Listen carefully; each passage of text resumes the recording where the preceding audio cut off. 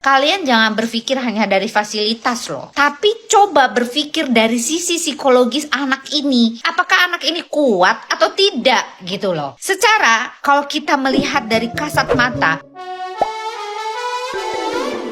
Hola netizen yang tercinta, Lita Gading ikut memberikan pendapat soal kisruh yang terjadi antara Dr. Richard Lee dan Farel Aditya. Lita Gading menyalahkan Dr. Richard karena tidak mempertimbangkan kemampuan akademis Farel. Kisruh ini memang berawal dari Dr. Richard yang menyekolahkan Farel Aditya ke sekolah Saverio 1 Palembang dengan syarat dan target tertentu. Kabarnya Farel harus berhasil masuk kampus favorit, yakni Universitas Indonesia. Namun Farel Aditya memilih mundur dari SMA tersebut, membuat Dr. Richard kecewa. Farel diharuskan mengganti uang Dr. Richard senilai 40 juta rupiah jika tidak ingin dilaporkan ke polisi. Lita Gading mengkhawatirkan kondisi psikologis Farel Aditya yang kini menerima banyak hujatan dari netizen yang budiman karena dianggap tidak tahu terima kasih. Menurut Lita Gading, Farel Aditya tidak seharusnya dihujat berlebihan karena dari awal Dr. Richard seolah tidak mempertimbangkan kemampuan akademik anak ini. Lita Gading kemudian menyentil Dr. Richard yang berada dalam kondisi jauh lebih menguntungkan ketimbang Farel. Terakhir, Lita Gading mempertanyakan kenapa Dr. Richard tidak melakukan tes IQ terlebih dahulu kepada Farel Aditya sebelum memberinya fasilitas dengan target tertentu. Farel Aditya, anak yang beruntung yang katanya dibantu oleh dokter yang satu itu yang biasa suka nolong perempuan-perempuan yang terintimidasi. Saya nggak mau sebutin namanya. Lalu dituntut untuk masuk ke UI ya dengan kondisi yang bla bla bla bla, semua fasilitas dipenuhi dan sebagainya. Guys, saya mau kasih tahu sama kalian, secara kasat mata orang pasti bersyukur, wah hebat ya Farel begini. Dia dikasih kesempatan, dikasih ini aja kok bisa sih katanya dia menolak. Kalian harus tahu guys, kondisi psikologis manusia apabila diberikan sesuatu yang wah, yang tadinya tidak wah, yang sekarang wah gitu, itu kaget. Dia mungkin tidak bisa beradaptasi dengan suasana tersebut. Ingat, bagaimana cara berpikir dia. Ingat, apakah akademiknya itu bagus pada saat itu? Apakah dia selalu berprestasi di bidang sekolahnya atau akademiknya? Bagaimana kondisi sekolahnya? Cara pengajaran di sekolahnya dan sebagainya. Dan sekarang difasilitasi dengan kondisi sekolah yang mungkin jauh lebih baik daripada yang kemarin.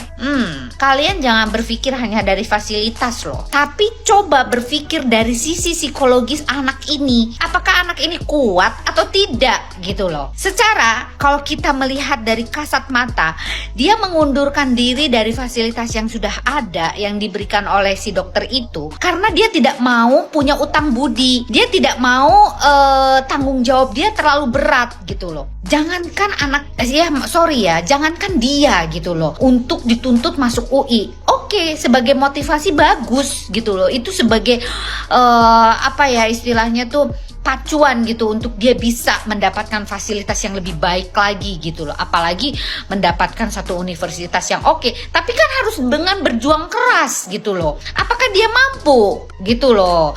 Jadi kalian please janganlah menghujat. Janganlah dibilang dia nggak tahu diri. Jangan hanya melihat dari sisi materi guys. Please.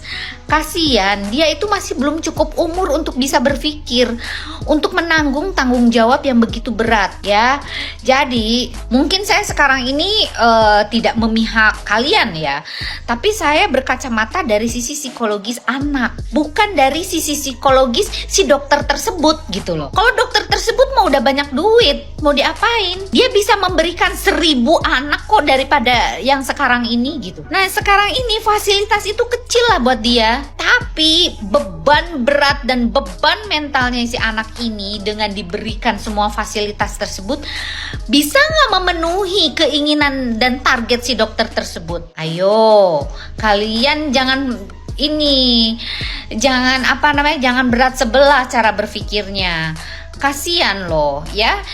Jadi saya pernah mengajar di salah satu SD yang istilahnya tuh grade-nya itu maaf ya saya bilang grade C atau D gitu ya, di bawah gitu, di pelosok di pedesaan. Dengan saya mengajar di sekolah di Jakarta yang favorit, yang punya nama besar dan sebagainya. Pola ajarnya berbeda loh. Pola pengajaran dari guru-gurunya aja berbeda, fasilitasnya saja berbeda. Di sana, di tempat yang di pelosok tersebut tidak ada tuh yang namanya laptop, komputer tuh nggak ada, belum masuk gitu loh. Walaupun masuk tapi ada beberapa aja yang bisa menggunakan itu, gitu loh sayang. Jadi menurut saya jangan dihujat, karena bagaimanapun juga anak ini justru bukan masalah mundur, tapi dia takut tidak memberikan segala sesuatu yang maksimal. Terus nanti akan ada lagi nih pertanyaan, kenapa nggak dicoba dulu? Daripada dicoba terus dia stres, akhirnya dia putus asa, gimana? Siapa yang mau tanggung jawab? Nah, jangan ya seperti itu ya. Hati-hati jika memberikan semua fasilitas, harus lihat dulu latar belakangnya. Apa motivasi dia? Dia mau nggak sekolah? Bagaimana prestasi di sekolahnya? Apakah tes IQ-nya mumpuni? Tes IQ-nya mumpuni? Bisakah diselaraskan antara IQ dan IQ-nya? Harus dulu begitu. Tes dulu dia kejiwaannya. Bagaimana anak ini mampu tidak? Jadi Anda sebagai seorang dokter juga harusnya melihat dari sisi psikologisnya, bukan cuma memberikan fasilitas. Oke? Salam Lita Gading. Jadi kalau menurut saya, buat Farel, jangan suka menjual kesedihan dan mengaduh-ngaduh gitu ya.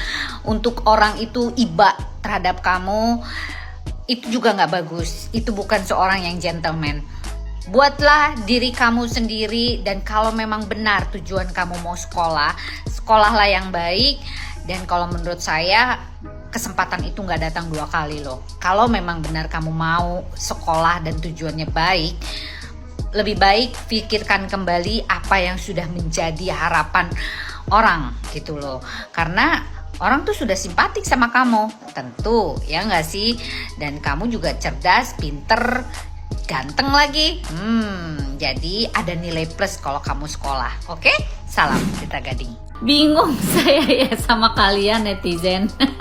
Jangan suka membanding-bandingkan anak, karena kualitas dan cara penerimaan si anak tersebut pasti berbeda. Apalagi Betran itu kan sudah dididik dan diambil oleh Ruben itu sejak kecil. Jadi karakternya itu belum terbentuk guys, gitu loh. Maka diasuh oleh Betwenda, terbentuklah dia jadi orang yang lebih baik.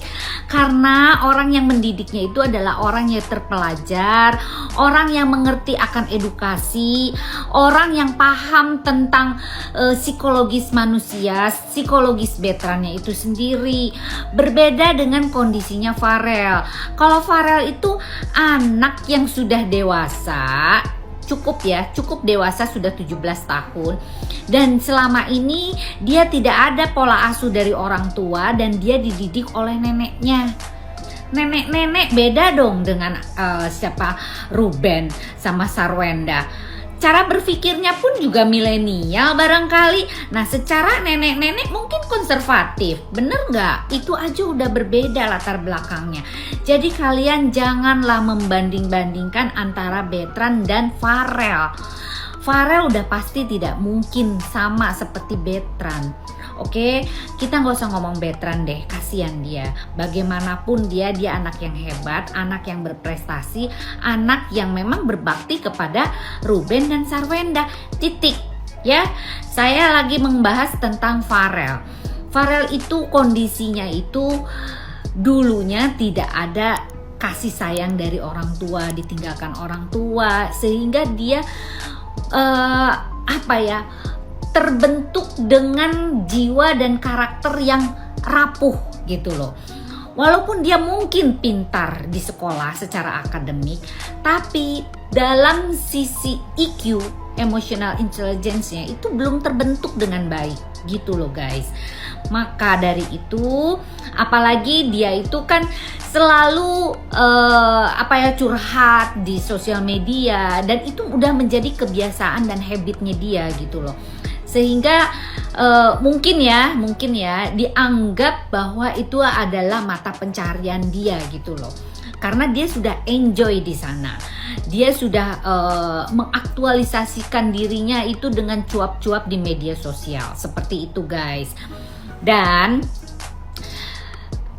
satu hal yang harus kalian garis bawahi, yang saya juga miris ya gitu, harusnya dia pun juga menghormati Dr. Richard. Apapun yang terjadi, dia harusnya berterima kasih.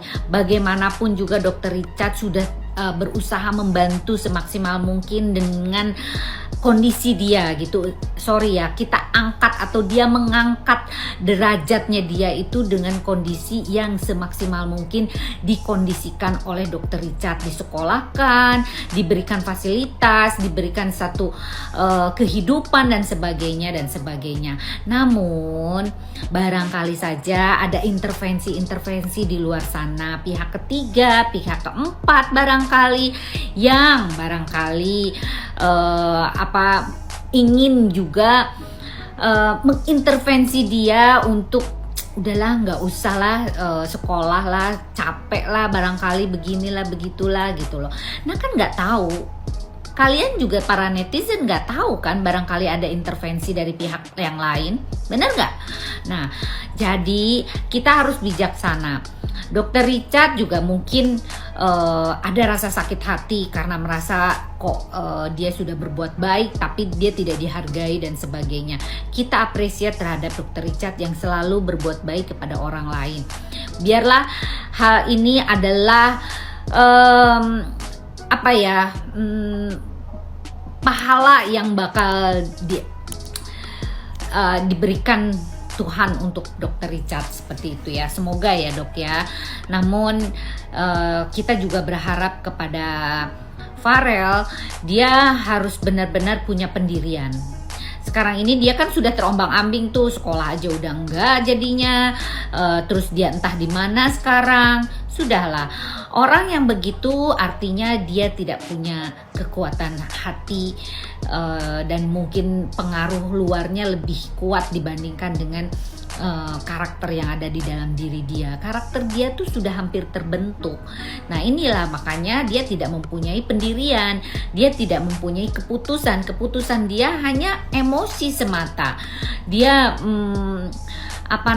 memutuskan tanpa berpikir panjang dampak yang akan terjadi untuk dia dan perasaannya Dr. Richard serta kita nih para netizen yang tadinya sudah mendukung dia gitu loh, ya nggak sih guys? Jadi sudahlah, kita sudahkan saja karena bagaimanapun juga ini anak memang harus butuh pendampingan khusus dan dia pun juga harus diberikan satu